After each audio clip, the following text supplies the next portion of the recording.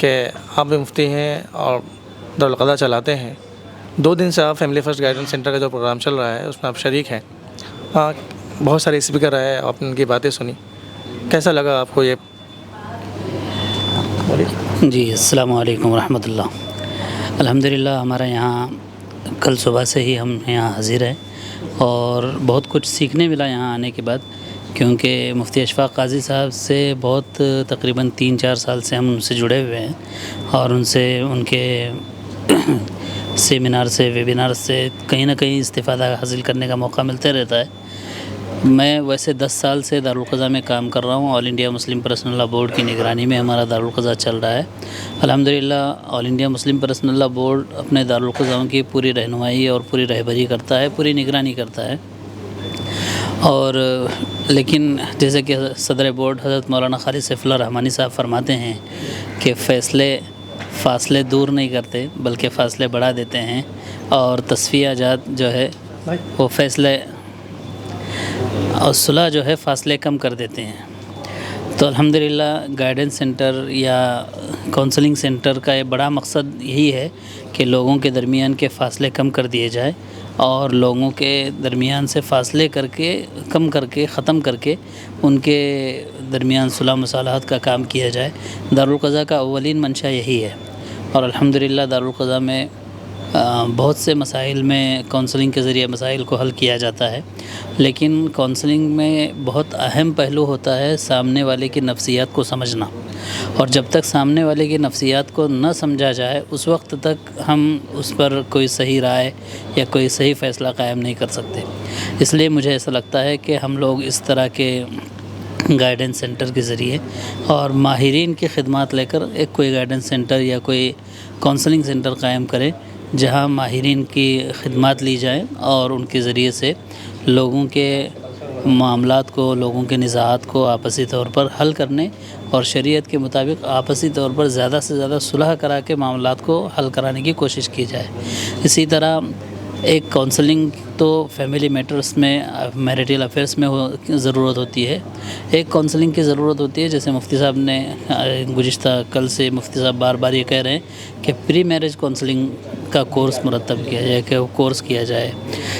اس وقت اصل میں یہ محسوس کیا جاتا ہے, ہم لوگ دارالقضا میں کام کرتے ہوئے یہ محسوس کرتے ہیں کہ میاں بیوی میں جھگڑوں کی اکثر بنیادی وجہ یہی ہوتی ہے کہ ان کو ایک دوسرے کے حقوق معلوم نہیں ہوتے.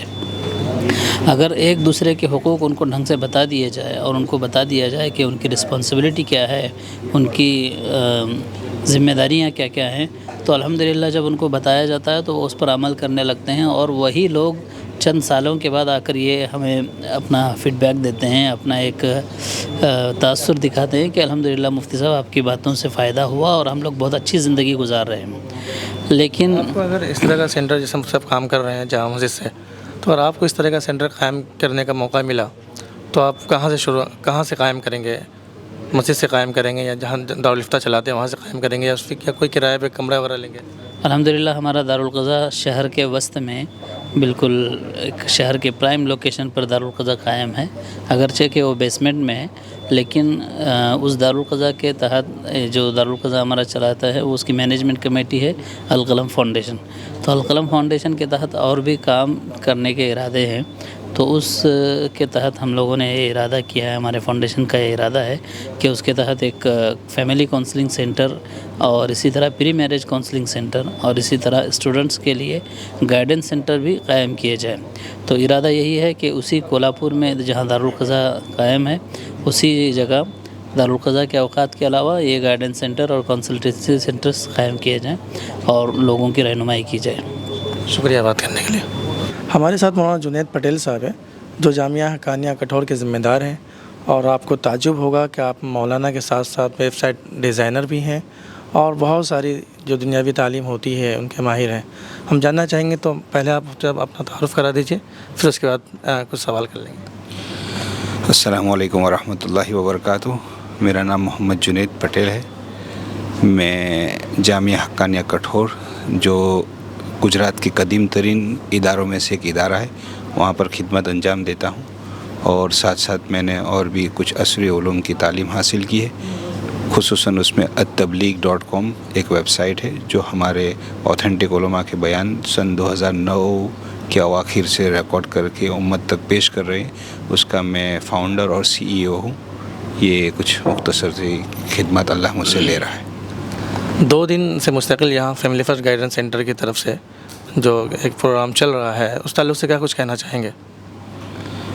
اس تعلق سے کہنا تو یہ چاہوں گا کہ مفتی اشفاق صاحب بمبئی جیسی میٹرو سٹی میں ایک بہت ہی نمایاں کام انجام دے رہے ہیں، جس کے لیے میں ایک بہت اچھا لفظ اللہ نے میرے ذہن میں ڈایا کہ پرانی جو روایات ہے، ٹریڈیشن، اس پرانے ٹریڈیشن کو ماڈرن تقاضوں کے ساتھ منطبق کرنا اور ایک دوسرے کا امتزاج، ایک دوسرے کو ساتھ لے کر چلنا، یہ مفتی اشفاق صاحب کا سب سے بڑا کمال ہے. بس یہی ایک جملہ ان کے لیے کافی ہو جائے گا. اب تک جو سیشن ہو چکا ہے اس میں کیا کچھ نیا سیکھا؟ کیونکہ آپ خود ماہر ہیں ہر تعلق سے، آپ مدرسے کے ذمہ دار بھی ہیں اور کئی تنظیموں سے بھی منسلک ہوں گے آپ، تو یہاں آنے کے بعد کیا کچھ آپ کو حاصل ہوا، نیا کچھ سیکھنے ملا آپ کو؟ یعنی سب کچھ نیا ہی سیکھنے کو ملا ایسا کہے تو چلے.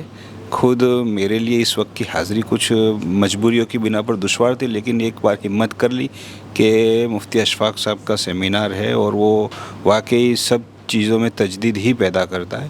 تو یہاں کل سے جو سیشن شروع ہوئے، جہاں سے مفتی اشفاق صاحب نے شروع کیا اور اس کے بعد ایک کے بعد اسپیکر آتے گئے اور جو سیشن ہوتے گئے، تقریباً یہ آج کا جو سیشن تھا ابھی وہ چونکہ میری فیلڈ کا تھا، اس میں بھی کچھ بہت ساری نئی باتیں AI وغیرہ کے متعلق سیکھنے کو ملی. باقی سب سیشن میں جتنے بھی اسپیکرز نے بیان کیا وہ سب ایک فکر کے ساتھ بول رہے تھے، اور چونکہ مجمع ایک سلیکٹڈ پرسنز کا تھا تو وہ اس حساب سے مخاطب ہو رہے تھے. تو اور تقریباً سبھی نے حالات حاضرہ میں کن موضوعات پر کام کرنے کی ضرورت ہے اس پر زیادہ فوکس کیا ہے. یہ میرے لیے بھی بڑی سعادت کی بات ہوئی کہ میں خود بذات خود یہاں پر 2 دن سے شریک ہوں. میرے ساتھ پورے ہمارے رفقائے کار کی ایک پوری ٹیم آئی ہوئی ہے. الحمدللہ ان سب کا بھی ان کی بھی رائے یہی ہے کہ ان سب کو بھی بہت سیکھنے کو ملا، اور انشاءاللہ آگے چل کر امید ہے کہ ہم جیسے پہلے بھی مفتی اشفاق کے ساتھ کولیبریٹ کر کے آگے ہمارے یہاں بھی اس کو امپلیمنٹ کرنے کی کوشش کریں گے.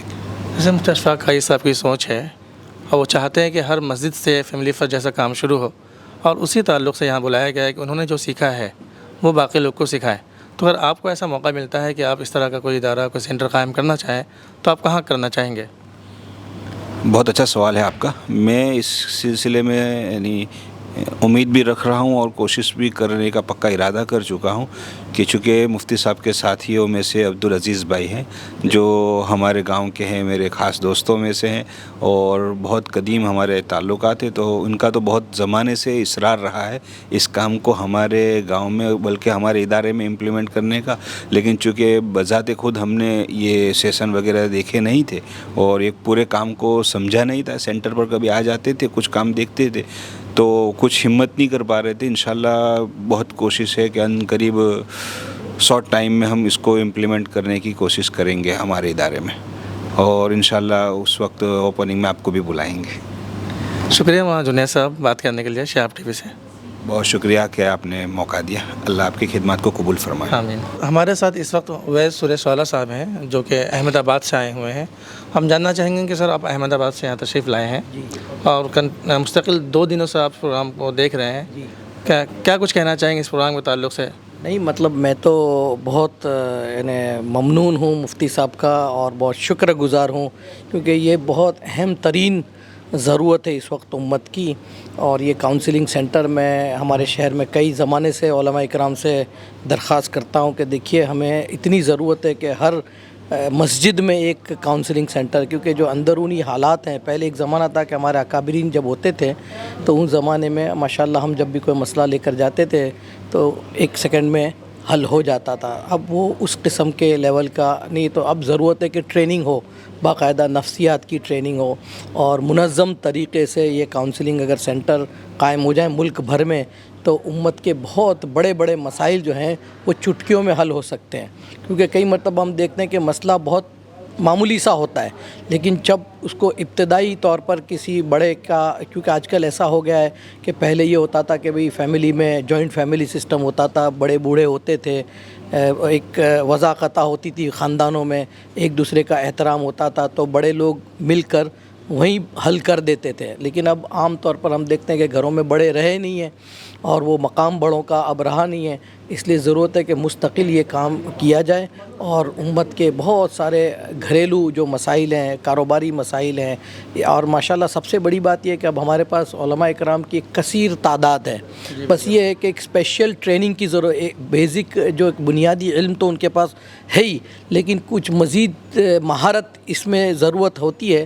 تو مہارت اگر یہ حاصل کر لیں اور یہ ٹریننگ کر لیں، اور وہ ٹرین کرنے والے بھی سارے علماء ہی ہیں، اور کچھ چونکہ کچھ دنیاوی لائن کے لوگوں وکلا ہیں اور کچھ نفسیاتی ماہر ہیں، ان کی بھی ضرورت ہوتی ہے. تو یہ مل جل کر اگر یہ ٹیم بنے اور اگر یہ سارے کام اگر کریں تو یہ امت کے لیے بہت زیادہ مفید ثابت ہوگا انشاءاللہ. تو بلکہ میرا تو یہ خیال ہے کہ یہ اس قسم کے پروگرام شہر ملک بھر میں ہونے چاہیے، تاکہ لوگوں کو پتہ چلے کہ یہ بھی ایک بہت اہم کام ہے جو کرنے کا ہے، اور اس کو علماء کی قیادت میں ہونا بہت ضروری ہے. اگر آپ کو موقع ملے اس طرح کا سینٹر قائم کرنے کے تعلق سے تو آپ کہاں قائم کرنا چاہیں گے؟ ہم تو اس کو سوچ ہی رہے ہیں، مفتی صاحب سے بات چلی رہی ہے، کیونکہ ہم نے اس سے پہلے جب مفتی ایک پروگرام کیا تھا احمد آباد میں، پری میرٹل ورکشاپ ہم نے کیے تھے، اور میں ایسے الگ الگ عنوان پہ پروگرام کرتا ہی رہتا ہوں احمد آباد میں. تو ہمارے مولانا منیر صاحب احمد آباد کے جو آئے ہوئے ہیں یہاں پر 2 دن سے ہیں، ان کے ساتھ مل کر ہم شاید پہلے یہ پورا سینٹر جس طرح سے مفتی صاحب یہاں پر بمبئی میں چلا رہے ہیں، انشاءاللہ اسی طریقے کا سینٹر احمد آباد میں جلد شروع کریں گے انشاءاللہ.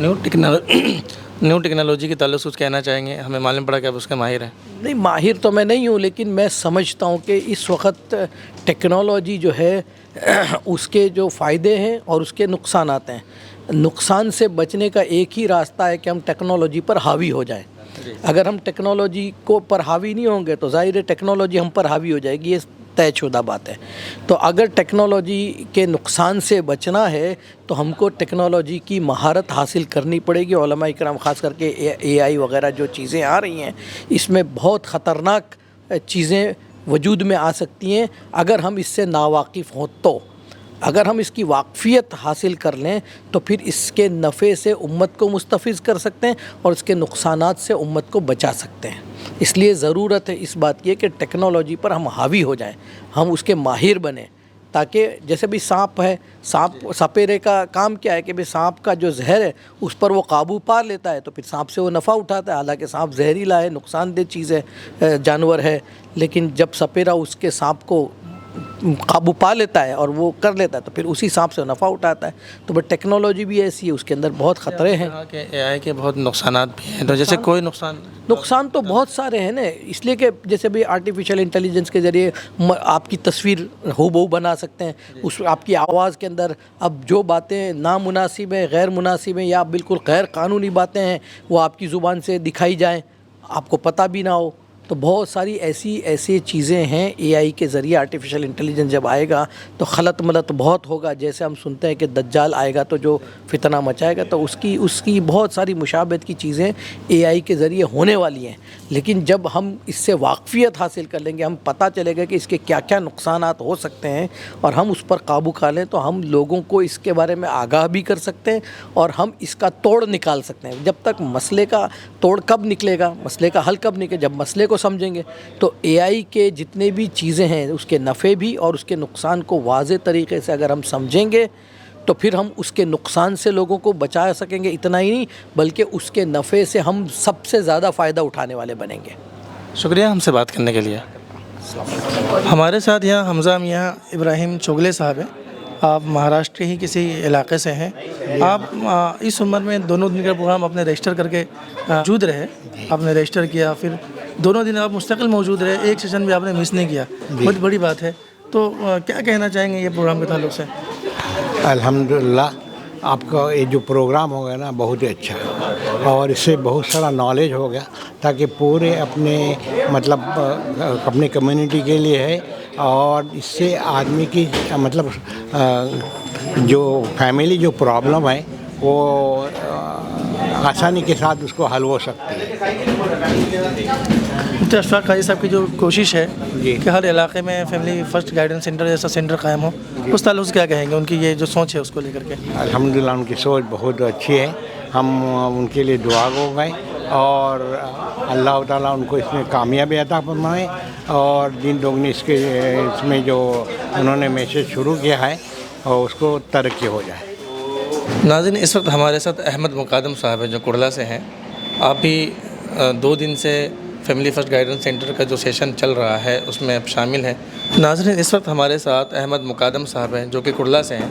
آپ بھی کنٹینیو 2 دن سے اس سیشن میں بیٹھے ہیں۔ ہم جاننا چاہیں گے کہ آپ اس سیشن سے کیا کچھ سیکھیں اور کیا لگتا ہے آپ کو فیملی فرسٹ گائیڈنس سینٹر جیسا ادارہ ہر علاقے میں شروع کرنا چاہیے؟ السلام علیکم۔ خیر، میں تو فیملی فرسٹ سینٹر کے ساتھ ڈے 0 سے ہوں اس کو پورا سیٹ اپ کرنے میں، اور ہم یہ چاہتے ہیں کہ جو مشکلات ہم نے فیس کی سیٹ اپ کرنے میں، اوور آل ایک لوگوں کے مائنڈ سیٹ کو لے کے ایک گورنمنٹ کی چیلنج، گورنمنٹ پروسیس کیسا کرنا ہے، گورنمنٹ کے ڈاکیومنٹیشن کیسے کرنے ہیں، overall infrastructure set up کیسے کرنا ہے، اس کی جو ہماری پچھلے کئی سالوں کی لرننگ ہے اس کو اس طریقے سے 2 دن میں لوگوں کو ایک انفارم کیا جائے کہ اگر ان کو کرنا ہے تو اس کو کتنا ایزی طریقہ ہے، جو ہم نے مشکلات فیس کی وہ لوگوں کو فیس نہ ہو۔ اور یہ آج کے دور کی ضرورت ہے میرے حساب سے۔ ہر ایک ایریا میں آج جتنے بھی بامبے کے ایریا ہیں، مہاراشٹر کے ایریا ہیں، ہر ایریا میں ایک فیملی گائیڈنس سینٹر کی بہت سخت ضرورت ہے۔ آج کا معاشرہ ہمارا مسجد سے دور ہوتے گیا ہے۔ مسجد کو ہم نے دیکھا ہے کہ بس ایک نماز 5 ٹائم نماز پڑھنے کی جگہ ہے، عید کی نماز 5-8 جیسے ہر کوئی کہتا ہے کہ 8 کی کھاٹ کی 360 کی، وہ مائنڈ سیٹ دور کرنا ہے کہ لوگوں کو مسجد خالی ایک نماز پڑھنے کی جگہ نہیں ہے، ایک ایسی جگہ ہو کہ وہ آ سکے، اپنی تکلیفوں کو شیئر کر سکے اور اس کا صحیح آؤٹ کم لے کے آئے کہ اس کو سلیوشن کیسا کیا جائے۔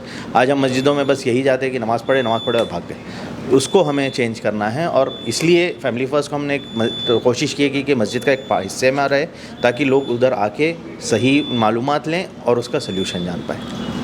فیملی فرسٹ گائیڈنس سینٹر کے جو فاؤنڈر ہیں، CEO ہیں اشفاق قاضی صاحب، کو آپ کب سے جانتے ہیں اور کب آپ فیملی فرسٹ گائیڈنس سینٹر سے جڑے؟ آپ نے کہا کہ Day 1 سے آپ ساتھ ہیں۔ جی، تو مفتی اشفاق کو تو ہم خیر سال 2010 یا اس کے آس پاس سے جانتے ہیں۔ چیز تھا کہ ان میں ہمیشہ قوم کی فکر تھی کہ کچھ صحیح کرنا ہے، کچھ بہت ساری چیزیں ہیں جہاں پہ ہمیں قوم کو مدد کرنے کی ضرورت۔ وہ ایک جو ہمارا ٹپیکل یہ ہے مائنڈ سیٹ کہ ایک مولانا ہے تو بس قال اللہ قال الرسول کریں گے، ان کا وہ ویژن نہیں ہے۔ ان کا ویژن یہ ہے کہ پوری دنیا میں جو چل رہا ہے آج کے دور کے حساب سے کیسے اسلام کو پکڑتے ہوئے دنیائی پرابلمس کو سالو کیا جائے، وہ جو ویژن ہے وہ بہت اکثر مولاناؤں میں آپ کو یا علماؤں میں آپ کو نہیں ملے گا، اور وہ یہی چاہتے کہ ان کی تھرو جتنے لوگوں کو وہ انفارم کر سکیں اور اس پہ کام کر سکیں وہ کرتے ہیں، اور وہ ایک چیز ان کی جو ڈسٹنگوشر ہے۔ شکریہ بات کرنے